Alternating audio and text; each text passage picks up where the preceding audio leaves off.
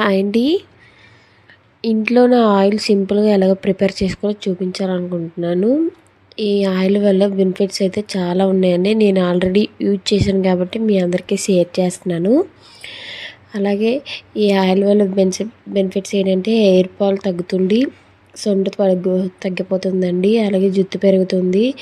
ఏమేమి ఇంట్రెస్ట్ చూపిస్తాను. Coconut oil తీసుకున్నాను 250 ml, తమలపాకులు, మందార ఆకులు, మందార పువ్వులు, కరివేపాకు, అలోవెరా, ఆనియన్స్, ఇక్కడ మొరము స్మెల్ కోసం తీసుకున్నానండి. మీ ఇష్టం, ఇంకా తీసుకోవచ్చు లేకుండా.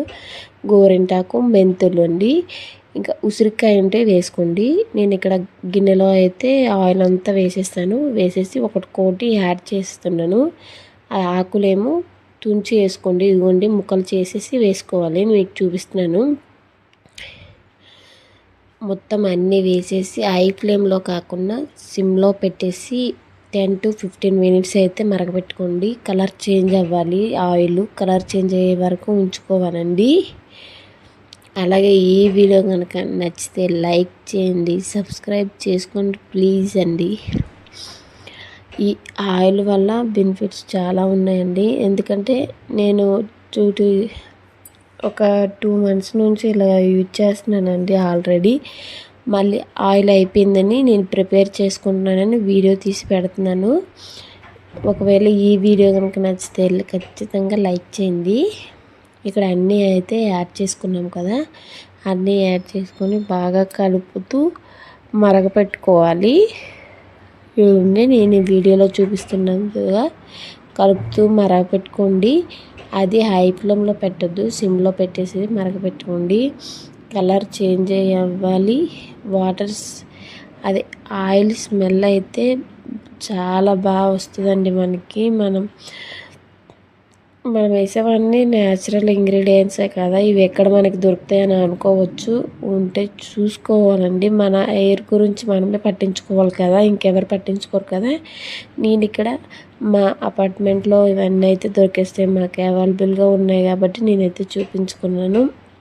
అలాగే డ్రై చేసి కూడా వేసుకోవచ్చు, పౌడర్స్ కూడాను, మీకు ఒకవేళ దొరకకపోతే.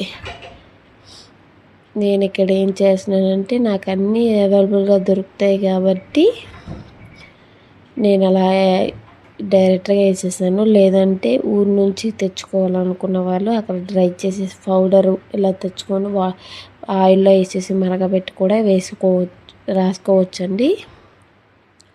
ఇదిగోండి మీకు ఇక్కడ చూపిస్తున్నాను. ఆయిల్ అయితే కలర్ చూడండి ఎలా చేంజ్ అయిందో. అలా మరుగుతుండగా మధ్య మధ్యలో మనం కలపడం వల్ల అన్నీ మిక్స్ అవుతాయి.